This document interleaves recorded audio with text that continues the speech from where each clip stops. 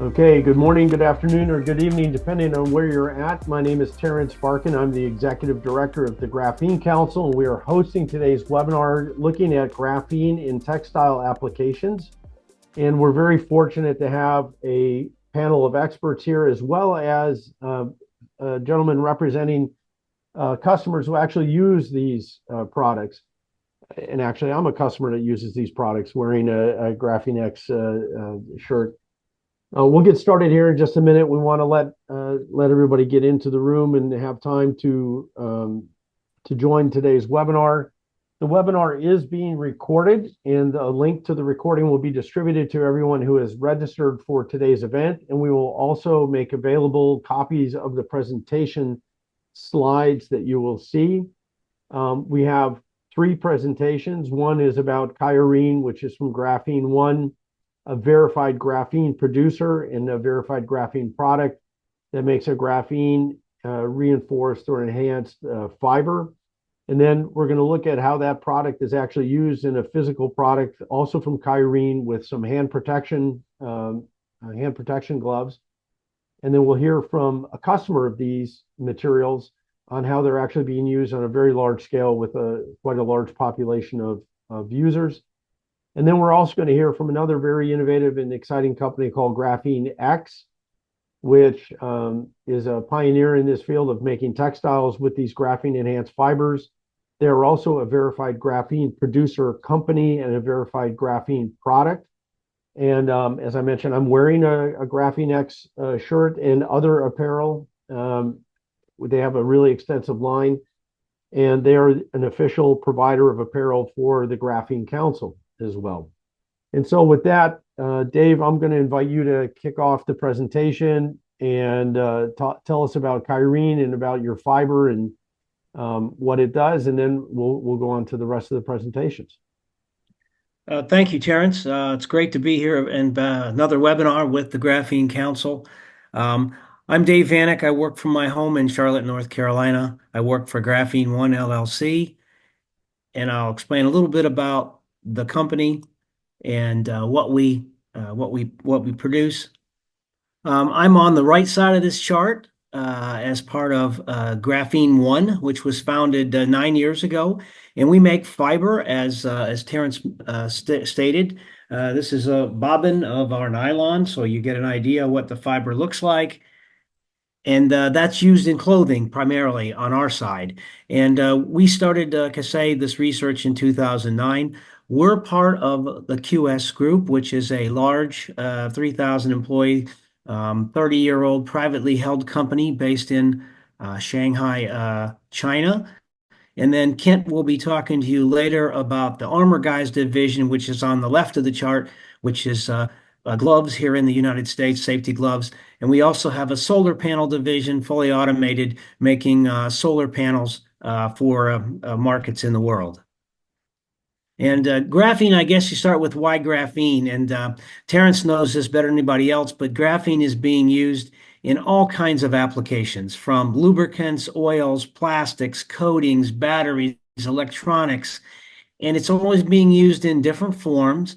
But in many cases, and in most of those cases, it's being used as an additive. So a small amount is being used, 1% or less, and it tends to add something to that base material. That could be a strength or conductivity or flexibility. And in our fibers and in our yarn, it adds some specific benefits which improve the yarn itself. But we all know it's a nanomaterial. It's very unique. It's been around just 20 years now, so it's still a new material on the market, if you will. So we started in 2009 looking at graphene really for our solar panel division, where we do use some graphene, but we quickly looked at could it be used in our gloves, which the company was founded as a glove producer, and could it be used in fibers? And we ended up putting a major investment in, working with some universities as well, and we are fully integrated.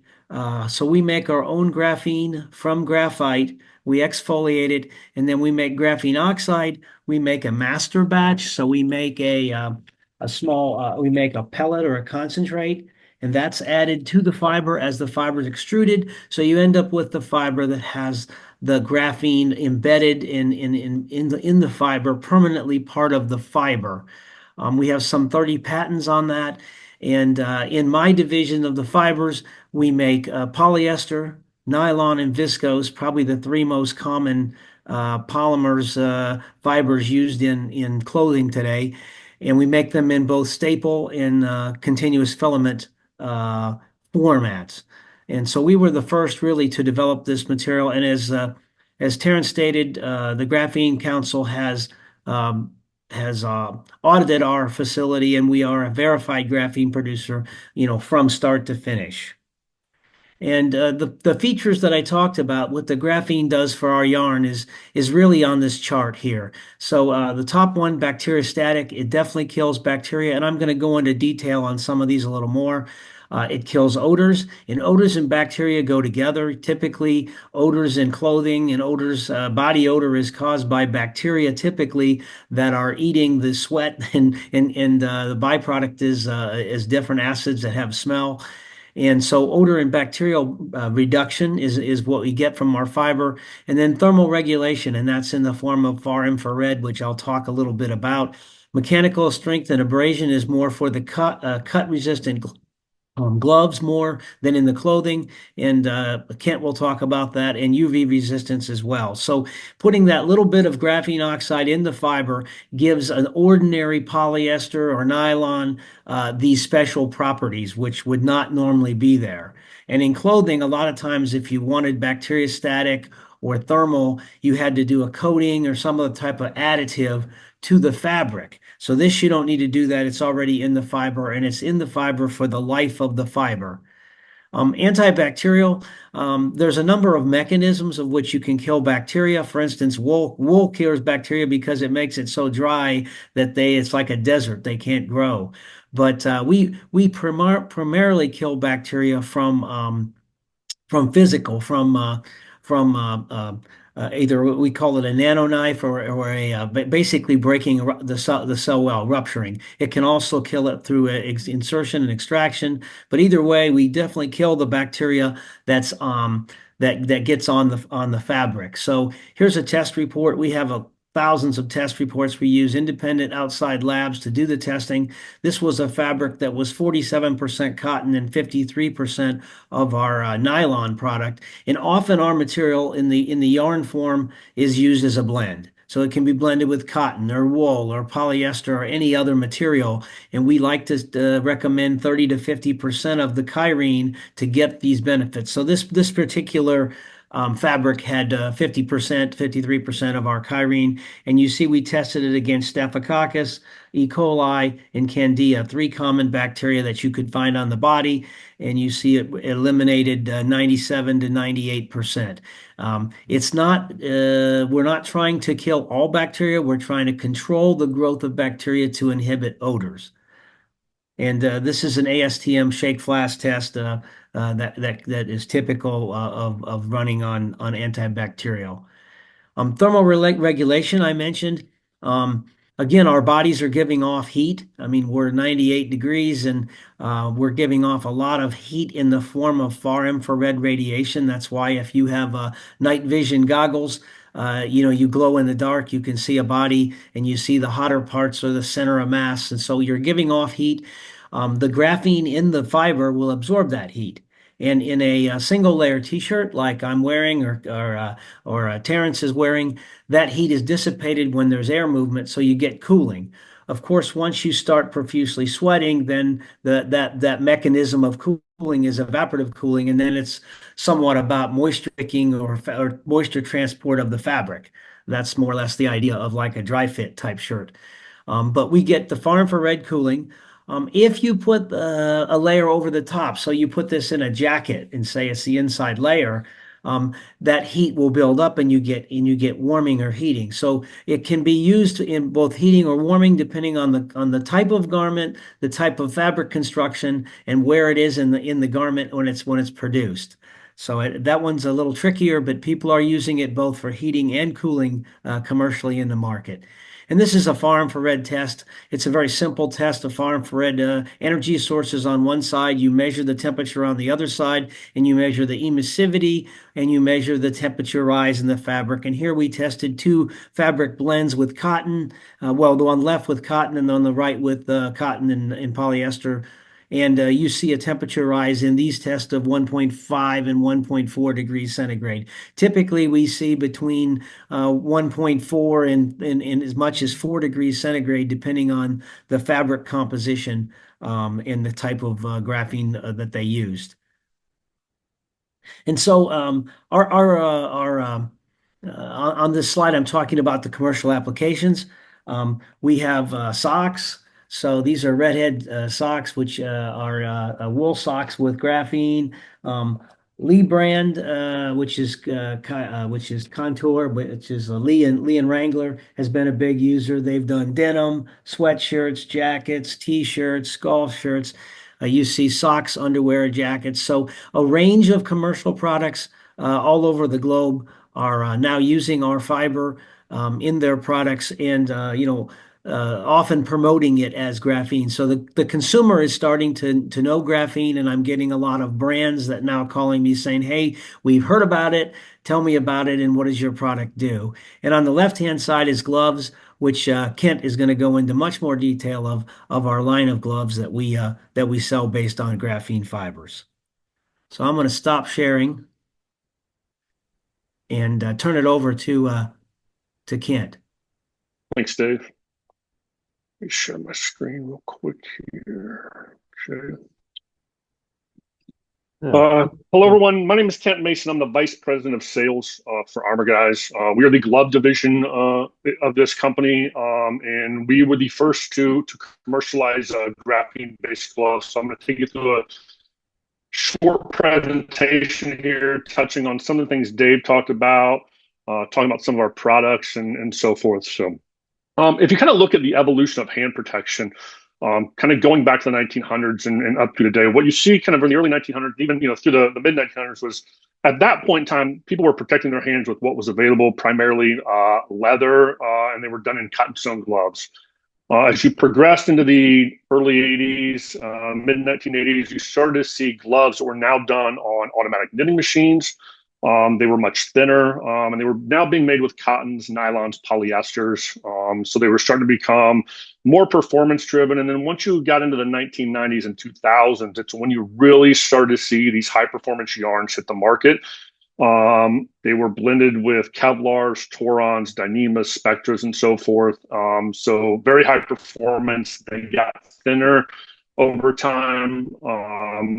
But what really hadn't happened was, while they were addressing gloves for cut, which was a big hazard in the market, they still had yet to really address,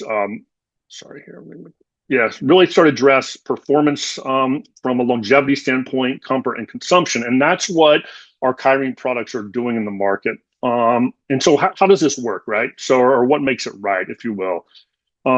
Graphene, in its makeup, it's a million times thinner than a piece of paper, so it's extremely lightweight.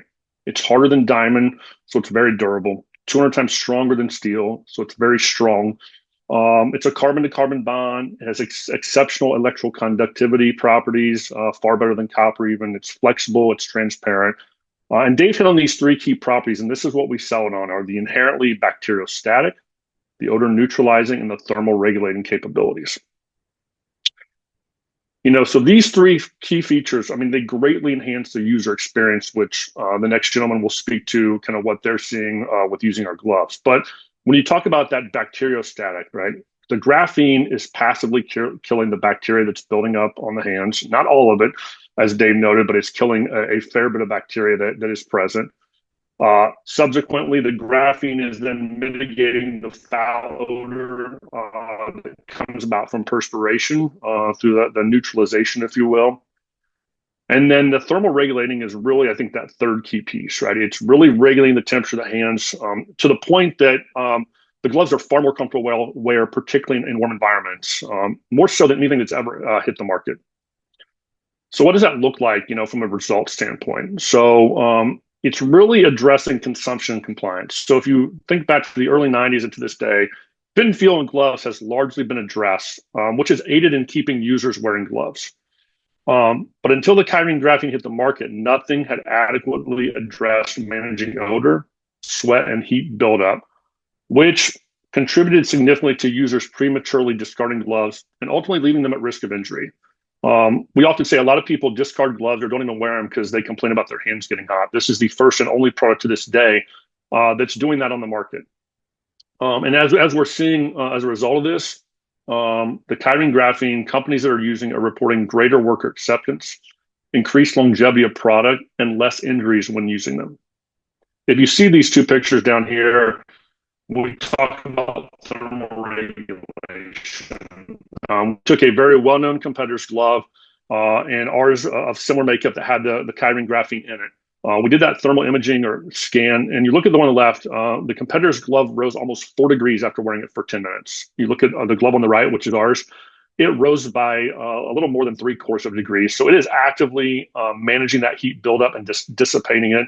And if you do this over the course of 8, 10, 12 hours, I mean, this is significant for people that are wearing gloves. And like I said, it ultimately keeps them wearing gloves longer, mitigating the chance for injury. And so you talk about a first to market, right? So without question, we are the first to market with graphene gloves, and they were the only one. So our Kyorene and Kyorene Pro ranges are those first to market products. And then when you look at the different types of gloves, we have the first to market Kyorene graphene glove that can reach 22,000 plus abrasion cycles. So it's highly durable. We have a first to market 18 gauge 100 denier A3 cut resistant glove. So we're able to produce a much lighter weight yarn and still achieve a very notable cut level in this process. And then lastly, we were the first to market with an 18 gauge A9 cut resistant glove. And when we've done this, what's typically happens with cut resistant gloves historically is companies had to use stainless steel and or fiberglass to achieve high cut levels. With the addition of graphene now available to us, we are not using stainless steel or fiberglass to achieve those cut levels. So the users are experiencing, as I mentioned, greater acceptance, greater longevity, greater wear, and ultimately greater protection for those that are using these products. So I will stop there. All right, there we go.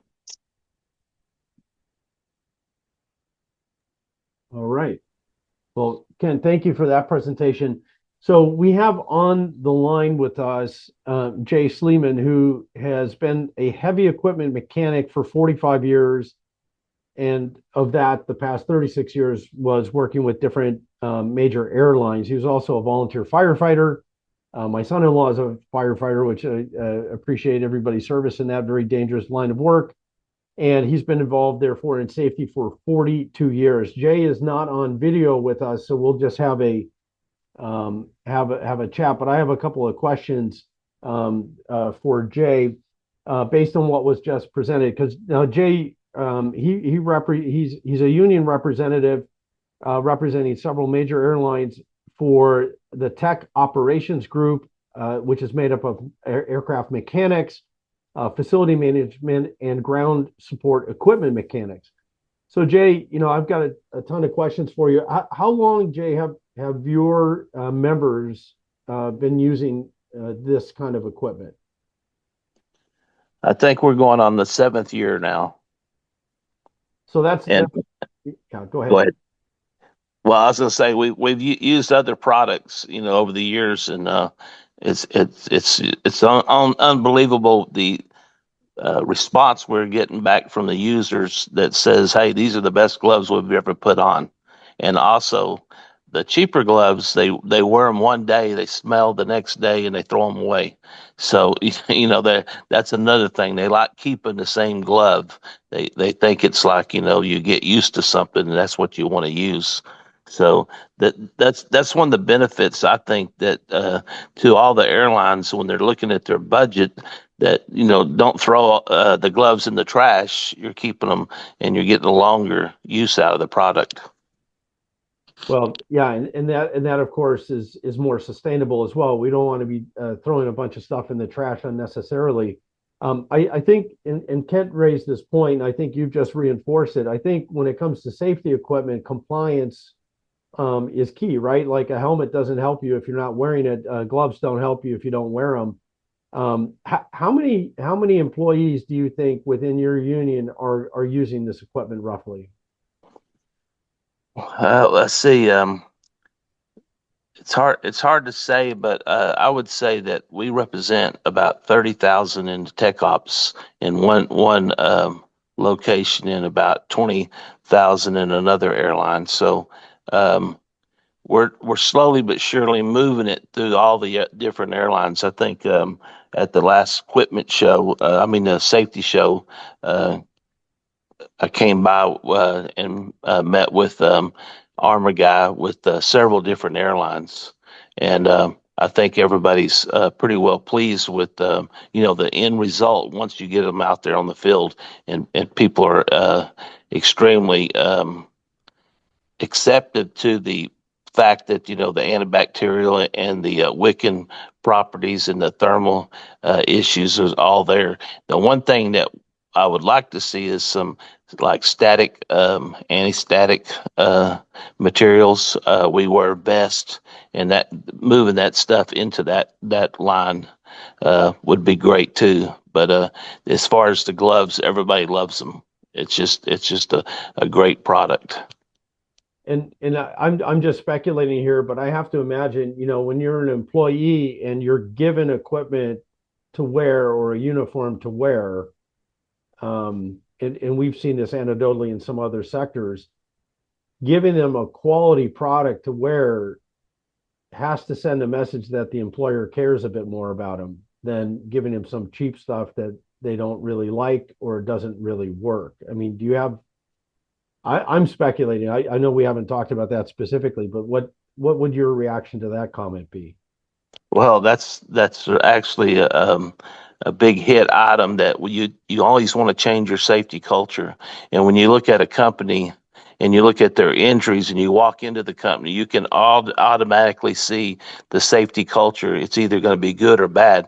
And before you get there and you look at the injuries, you'll see that what kind of culture you're fixing to walk into.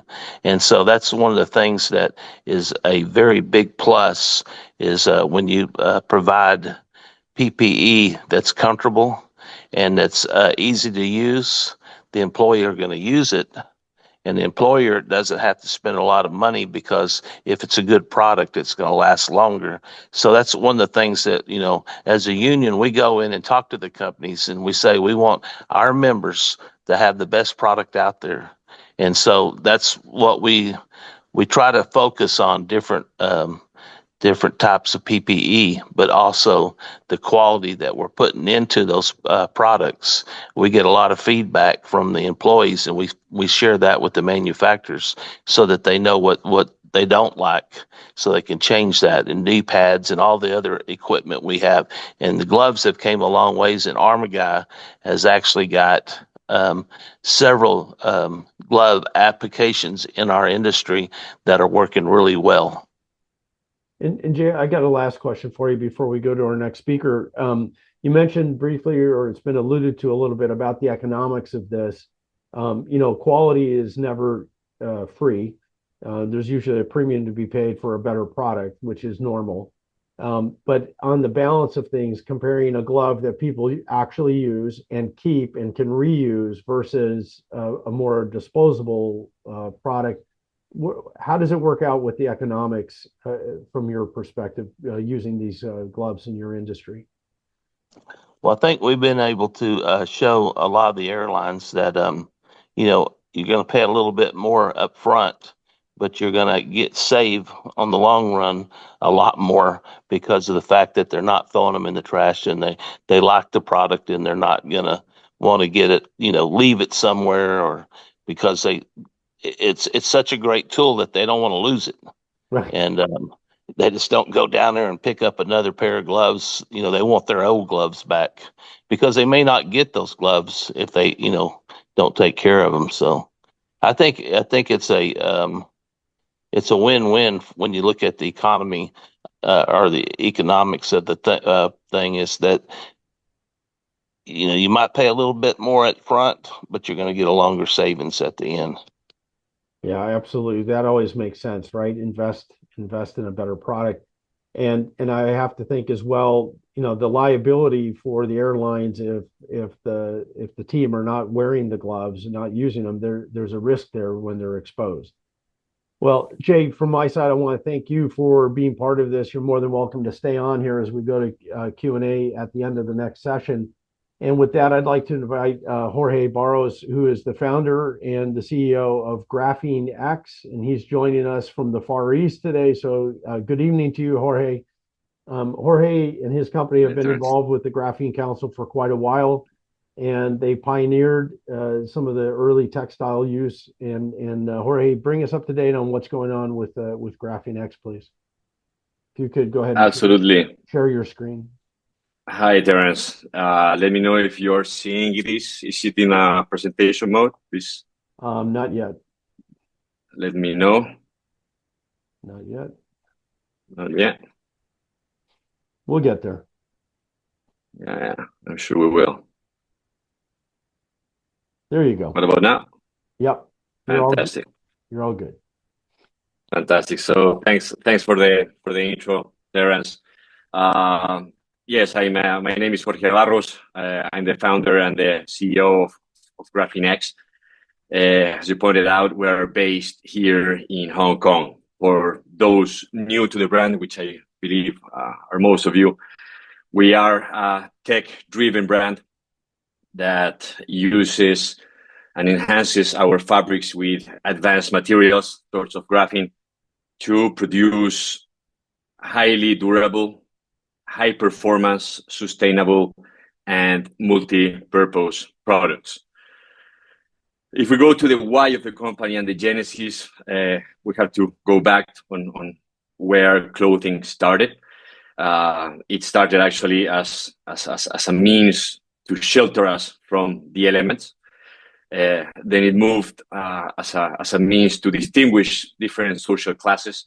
And the third biggest wave in clothing is when we have the industrialization and the possibility of produce large amounts of clothing at very cheap cost and very fast. And that's basically where also the origins of fast fashion arise. Fast fashion, which I'm probably all of you already know what it means, has become a zone of comfort for the big brands, where innovation is not needed, it's not a driver to generate better companies. And that has meant disastrous repercussions on the impact we make on our planet, making our industry one of the most detrimental ones. At Graphene-X, we're leading a new era that starts always with the same question: what if clothing could do more? What if clothing could be more durable? What if it could be more multi-purpose and even bring health benefits to the wearer? We believe advanced materials like graphene have a huge role to play in here. And when you think about technology and you talk about people about technology, what comes to mind are iPhones, blockchains, AI, but hardly fabrics. And that's just because we haven't, as an industry, been able to really communicate this properly. Our approach is exactly that. Is bringing material science, is bringing innovation in fabrics to the mass market, to the retail market. For the last 6 years, we have been integrating graphene in our products. Always, again, with the same question: what if clothing could do more? Today, we are expanding the scope of the advanced materials that we are using over graphene to go to the use of materials like boronitride, bio-based leather, and even materials that NASA uses to insulate their Mars rover, which is called aerogel. I won't stop in the properties of graphene because the previous presentators have done this excellent, but I want to share a little bit of what are the implications and what we've seen on our products by integrating graphene on the fabrics. One of the very obvious ones is the abrasion resistance. For those who doesn't know, the most classic way to test the abrasion resistance of a piece of fabric is the Martindale peeling and abrasion test, which basically takes a piece of fabric and wraps it X amount of times until the fabric is no longer performing. As a point of reference, military grade gear generally is required to withstand 20,000 wraps to be fit to serve. As taking that as a reference, we reached the guys of Intertech, which is an independent laboratory here in Hong Kong and in many parts of the world, and asked them to run not only 20,000 wraps, but 150,000 wraps in our Everything Proof series, pants and jackets. And we actually had to convince them to run the test. They said it had like no point, like it was not possible for a fabric to resist that. And to their surprise, not so much to ours, the fabrics were perfect. They passed the test with flying colors. In terms of thermal management, what we've done is basically expose very brave models using our hoodies and our puffer jackets to freezing meat freezers. I don't know exactly the conversion to Fahrenheit, but we're talking about around minus 20 degrees Celsius, and expose them to prolonged times of 30, 40 minutes. And seeing that these guys are 6 to 10 degrees Celsius warmer than those that are using benchmark products without the integration of graphene. In terms of moisture wicking capabilities and enhancing and leveraging on the hydrophobic properties of graphene, we are still to find one sports or activewear t-shirt that can beat our t-shirts like the one I'm using today for sports in terms of the moisture wicking capacities. These are just some of the tests that we've done that can be somehow proved in laboratories. Other less conventional ways of testing is the odor neutralizing, which, as far as I know, there's not really a test that can show us how how someone is not really smelling. But we've had hundreds of passionate customers of our brand writing to us saying that they've used the same t-shirt for weeks without having any kind of smell. I don't know if the judge of that are they themselves or their wives or I don't know, but we have a lot of those comments. In a different angle, a couple of months ago, we were reached by a big motorcycle company, which I can't reveal the name, that asked us to see if we were able to work with them in the possibility of improving the performance of their protective gear for their riders. As for those of you that ride bicycle and motorcycles, you know that normally this apparel is extremely heavy, extremely hot, and not ideal in an activity like that. So basically, we send them our Graph Tough fabrics, the same fabric that we use in the Martindale test that I just mentioned before. And the test that they normally run in this industry is called Darmstadt, which I still have some problems to properly pronounce, but I think it's something like that. What it does is that it basically recreates you falling down from a motorcycle at different speeds. The text that I have here in the presentation is the reply of this person directly, like unedited, saying that the results are sensational. The fabric was in perfect conditions in falls of 45 kilometers per hour, and with great results in falls of over 70 kilometers per hour. And again, we're talking about one of the most serious motorcycle companies in the world saying this.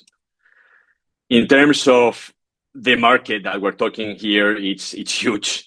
The estimation says that by the end of this decade, we're going to have a market that is nearly 1.8 trillion. McKinsey's State of Fashion report says that every year the market is increasing 2 to 4%.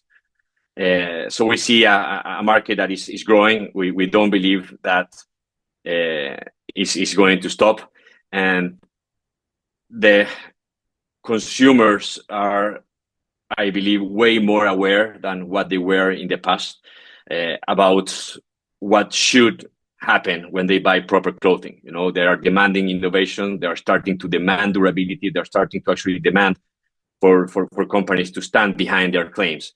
And us being exactly where we are, focusing in the use of advanced materials and innovating with graphene, I think we're in the center stage of what's going to come next. We started launching our first jacket in 2019. Was a graphene integrated jacket. We didn't have the formula or the connections or networks to actually launch in retail. So we went the Kickstarter route.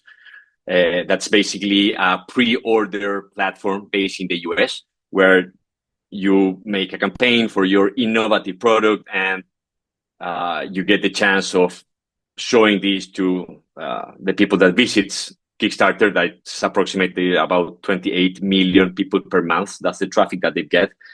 And to our surprise, because again, at the moment we had no idea what would happen, we get pre-orders of over 2,000 backers and about $500,000 in our first product in pre-sales. And that's basically where the company and how the company started. Today, we have a lineup of over 40 products, ranging from t-shirts, jackets, pants, backpacks, gloves, and well, you see Terrence t-shirt. That's us. The t-shirt I'm wearing today. Same story. Sustainability has always played a key role for us. We do our easy job by being climate neutral certified since the very beginning of our operations, which basically, again, is the easy road because we're just paying to offset our carbon footprint. But where we believe we can really make a difference is in actually doing clothing that withstands the pass of time, that is made to last. You'll see that most of clothing companies are somehow betting for whatever they're selling to fail in a couple of months, a couple of years, so you can buy another one. We go exactly in the opposite direction, up to a point that we guarantee everything we do with a lifetime guarantee. And when I say everything, is everything, including our socks, where the disclaimer is that if the socks that we are selling to you are not the longest lasting socks that you've ever had, we send you a new pair, no questions asked. And thirdly, key partners. This is fundamental. We are in the forefront versus the retail. We are not producing our graphene. We don't have the visibility nor the expertise to do this. So the only road for us that made sense to achieve this was partnering with the very best. That's how, for as long as we have produced clothing, we've used exclusively Kyorene's graphene. This Kyorene is one of the first companies that was certified by the Graphene Council, and that gives us the peace of mind that we're using nothing but the best material out there to enhance our clothing. We are partnering with companies in different areas of advanced materials of the sorts of modern metal, for example, which is a company that is revolutionizing the alternative of leather by developing technologies where they blend plant-based proteins with polymers to produce leathers that are more elastic, tougher, and softer than the real leather that we can get from cows. And thirdly, the Graphene Council. I always repeat the same story. I believe the role the Graphene Council is playing in this industry is huge. Whenever you have a new technology, whenever you have a new innovation, right, you have the early adopters. That's the first wave. These are guys that are always going to be seeking the new thing without needing too much education because they educate themselves on whatever technology or innovation is happening. But then we have the larger addressable market, the total addressable market as is defined in clothing and apparel, which is people that somehow needs to be further educated and that needs regulating entities to back what's happening. And that's exactly what the Graphene Council is doing, is helping us to regulate this industry. And this is basically a huge help for the companies that are working with these kind of materials.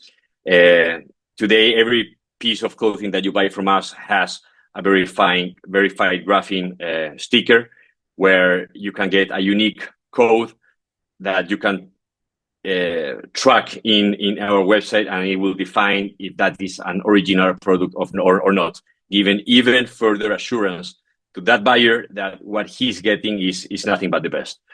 In terms of business model of the company, it's very simple. We are fully focused on B2C till now. This is the stage where we wanted to make sure that we were able to keep up our claims and deliver the service that we expect from the kind of products that we are producing. We have a small arm in corporate where we sell our products to companies of the sorts of Oracle, the University of Manchester, and the same Graphene Council here that are today using some of our products. And today we're moving to distributors or B2B, as we believe this second larger set of relevant eyes needs to be further educated and also needs to touch and see what we are selling. Just selling it through a screen, it gets a little bit harder with this group. So we believe that by having our stuff in stores all around the world will make a huge difference and will help the market to adopt what we are doing, and that's our idea. We run a very tight ship. We are 6 full in-house people working at Graphene-X, plus a couple of external people that is helping us in different areas. And that's basically it for us. Terence, back to you, and happy to answer any questions that may have arisen. We talked a lot about the verification process, and I think this is important both for Graphene-X as well as for Kyorene and with the gloves. We didn't discuss it yet, but the Graphene Council did some pretty extensive testing on other competitive gloves in the marketplace that had claimed to have graphene in them, and also, of course, tested the Kyorene product, which is how it became a verified product because it was actually tested. And I can tell you that we tested out of 6 different glove markets on the glove that had claimed to have graphene in them, other than the Kyorene. None of them had actually graphene in them.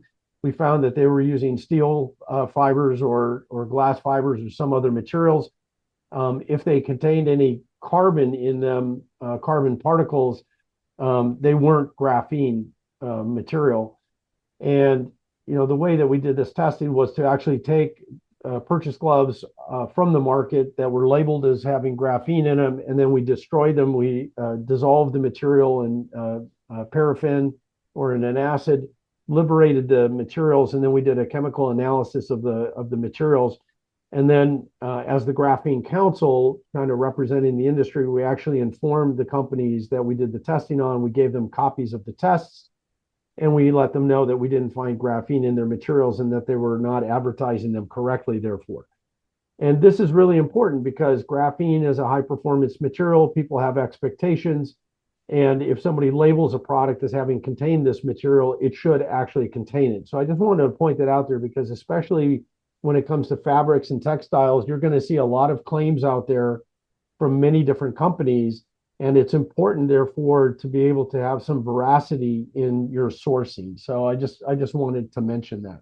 Some of the questions relate to electrical conductivity, and I guess maybe I'll go to Dave or Kent about that. And even Jay had asked a little bit about that, like with some anti-static activities. Can you just talk about what's needed in order to elevate this to an electrically conductive or anti-static level? Yeah, yeah, I can take that one. Our fibers are not electrically conductive. I mean, we put graphene oxide in at a small concentration, so the bulk of the fiber is plastic, if you will, polyester, nylon, and so the particles would need to be touching to really be conductive. Graphene is extremely conductive, and that's why in batteries, semiconductors, it's being used in a lot of research in that area. But no, in our fibers, it's not conductive. We do have people that are making clothing and using it for anti-static. You can get some reduction of like the normal static that you get in a dry climate. It's not gonna. Well, I had some people test it for some of the anti-static safety equipment, and it's past certain levels, depending on the formulation and how they've designed it. So, uh, anti-static is possible in some applications, but not electrical. That's the next generation. There's a lot of universities, as you know, Terrence, working on that to try to have clothing that has sensor ability, can measure bodily functions, can charge your phone, can do all those things. But Yeah. that's it's kind of that level, and there's a lot working with graphene in that area, but that's probably still at the university level. No one has really commercialized that to date. Thank you. Thank you, Dave. Yeah, you're absolutely right. The percolation level has to be pretty high to get that level of conductivity, and then it will change some of the other properties of the textile. There are a couple of questions, several questions about the antibacterial and potentially antifungal behavior of this. And I know, Dave, you and I have had this talk a lot of times because people will ask about, some of the claims that are made. I think it's no surprise to anybody. There's some claims by some producers out there that, this is going to make you live longer. It's going to increase your circulation. It's going to cure disease. I'm being a little bit facetious here, but maybe not too much. And I know you guys are pretty cautious about what level of claims that you'll make and make sure that they're backed up. And I think for Jorge, I'd like you to chime in on this as well, because you have likewise some claims about thermal regulation and stuff. Can you just talk about, the veracity of the claims, how you test for that, and your comfort level? I think you guys have been very reasonable and sober about it. Nobody's going over the top with claims that we see in the marketplace, but that can be confusing for consumers. Just talk to us a little bit about, and then related to that, on the regulatory side, is any of it, approved by EPA or some other regulatory agencies to substantiate the claims? Yeah, it's first of all, with our material, the graphene oxide particle is in the plastic, it's embedded in the plastic. So we recommend a specific test, a shake flask test, which is a 24-hour test.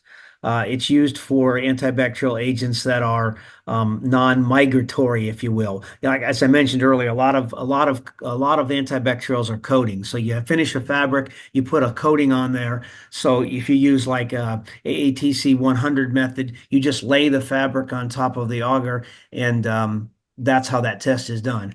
Ours doesn't work so well in that test because the particles are embedded. So we recommended the shake flask test, which again is a standard laboratory test. There's a Chinese method, a European method, but all of them involve putting the fabric sample into the auger, and it goes into a shaking mechanism for 24 hours. And you count the amount of bacteria that grow versus a control.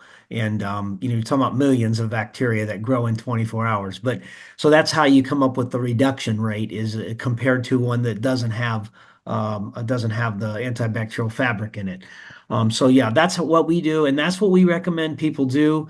When I work with various brands or various customers, I suggest that they test their finished fabric. Typically, as I mentioned, our yarn is typically not used 100%. I mean, if you look at your labels on your clothing, it's polyester and cotton with spandex. It's a tencel with viscose, with bamboo, with it's got 5 fibers in it. So and maybe has coatings on it. So we recommend that the claims are made by the company selling the clothing. We only make the fiber, and that they test it in whatever their test procedures, whatever their requirements are, with qualified labs, and then make their claims based on their test data. So we again test a lot of them. We test all of our materials. We've tested a lot of fabrics, and we've worked with customers suggesting outside labs and test methods, etc. But we recommend that those customers do their own testing, make their own claims. Understood, especially on that. And a lot of people do. I mentioned I mean, for instance, this is the label on the Lee jacket, and it's called Graphene Pro. And we do supply hand tags if people want to use them on the clothing. And we've talked with you about supplying labels that say qualified a graphene product. So if you use our material, we certainly know that it's got graphene in it, and we know that it functions if you put enough graphene fiber in the finished product. But we leave it up to the brand as to how they want to promote it. Thank you, Dave. I think the mention that you have is it depends on what the blend is and how much they use is going to influence what the actual performance is. So that's noted. Right. And Jorge, regarding your claims, I think, the abrasion test, by the way, is, I think that's just, it's just amazing. Both the is it Martindale, the rub test, and then you've got this asphalt scraping test, basically simulating a fall on a motorcycle. Darmstadt. Darmstadt. Right. I believe it's pronounced like that. Yeah, no, that's Darmstadt. That's a well-known university and city in Germany.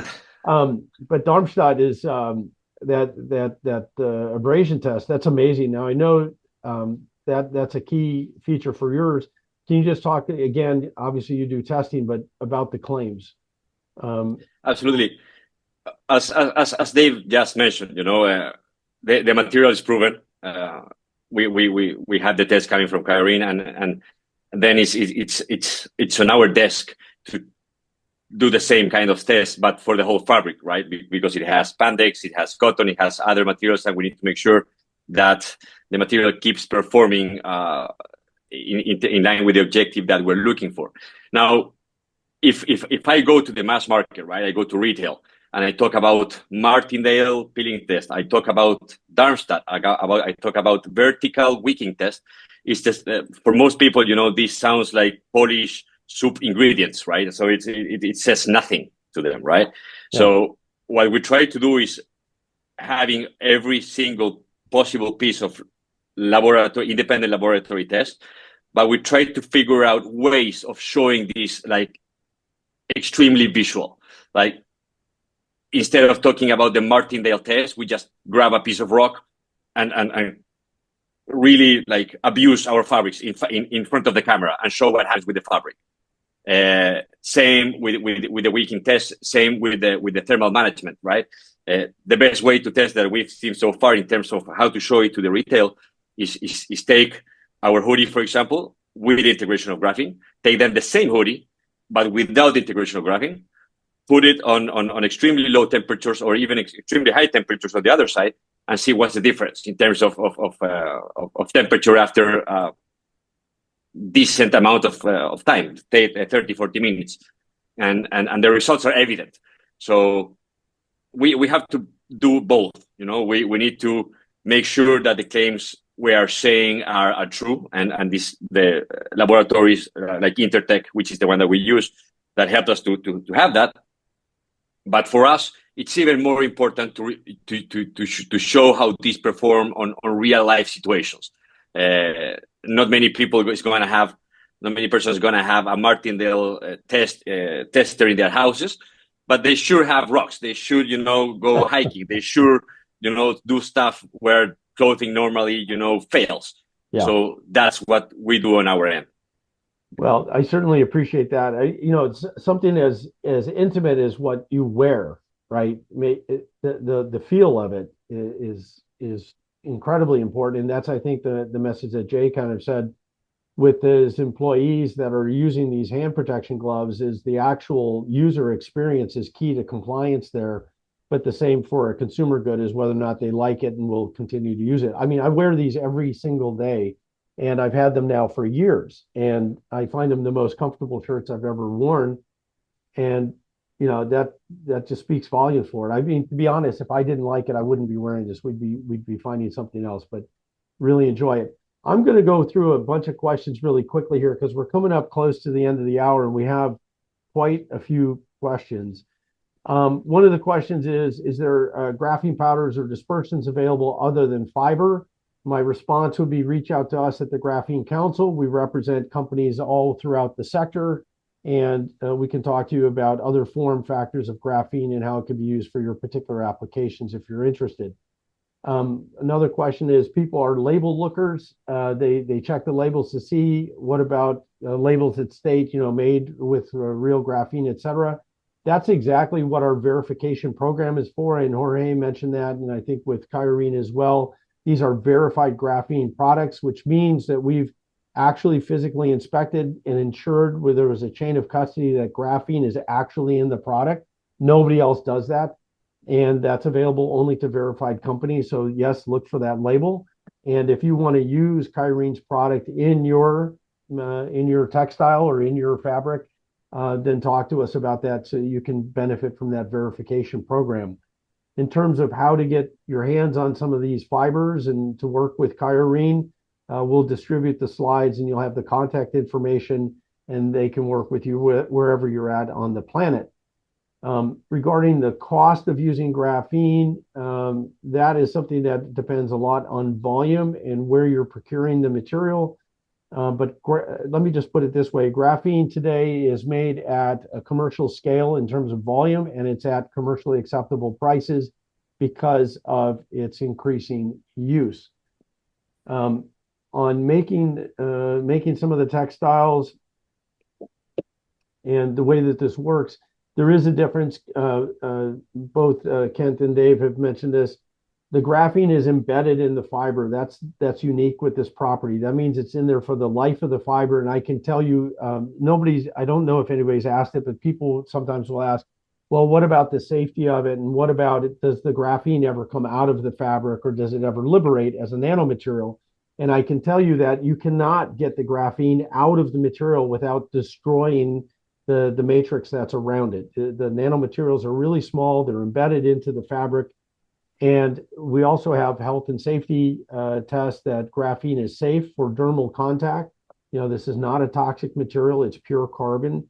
It's very benign and it has all these great properties.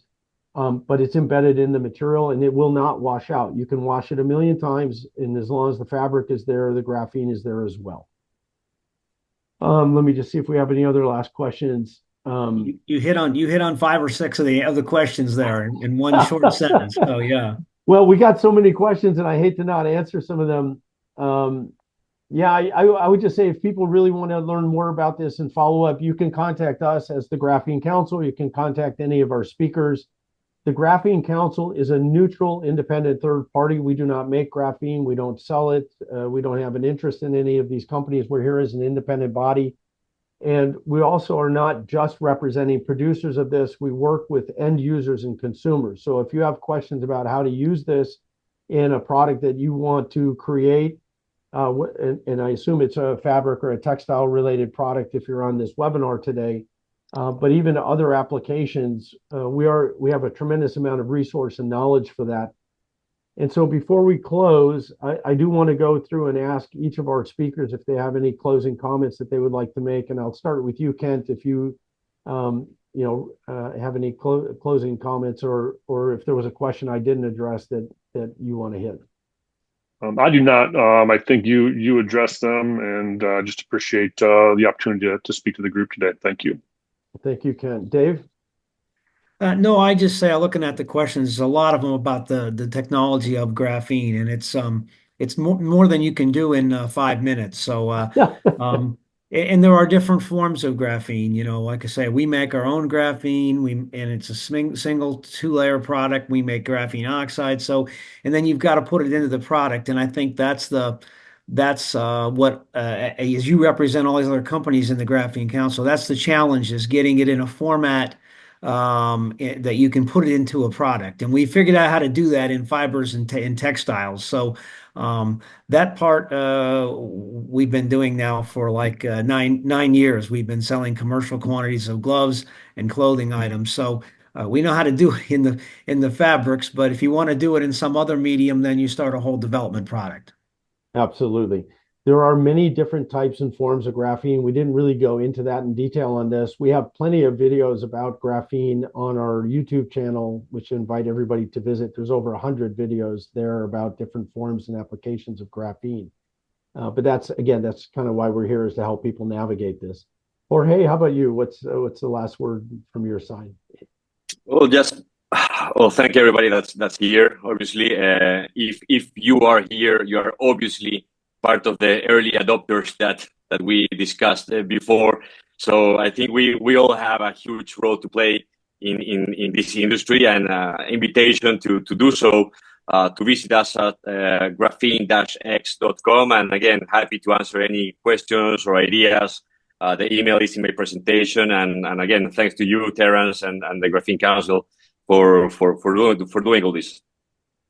Absolute pleasure. That's why we're here. And I'm going to give the last word to the customer, because the customer is king. So Jay, you're on the front line. Your members are using this every day. Any last comments from your side? Well, I would like to thank everybody for giving me the opportunity to come on here and explain what we see as a customer. And I have going through my mind is a lot of things that we could use graphene in, safety vest and footwear and all kinds of things that I can think of from the safety PPE part. But I certainly appreciate all the opportunity that you guys are out there making the industry a lot safer. Well, and, thank you, thanks Jay. for having me. Thank you, Jay. This is what it all comes down to, is actually using this product in real world applications and making a difference that other materials just cannot match. That's why graphene is unique and special. So from the Graphene Council, I want to thank everybody who participated in today's webinar. We will distribute slides and a link to the recording so that you can share it with your colleagues that couldn't join us today. And for our speakers, thank you so much for your valuable time. And it's a really exciting space. I can only say we get queries about graphene and textiles every single week. It's a really hot topic. And what's good for everybody to know is it's real. It's available today. You can make exceptional products using graphene and its properties for real world applications. And if you need any help navigating that or finding the right parties, just reach out to us. That's what we're here for. So thank you all very much. Have a great rest of your day. For more information on market opportunities and to connect with experts, contact the Graphene Council at thegrathenecouncil.org.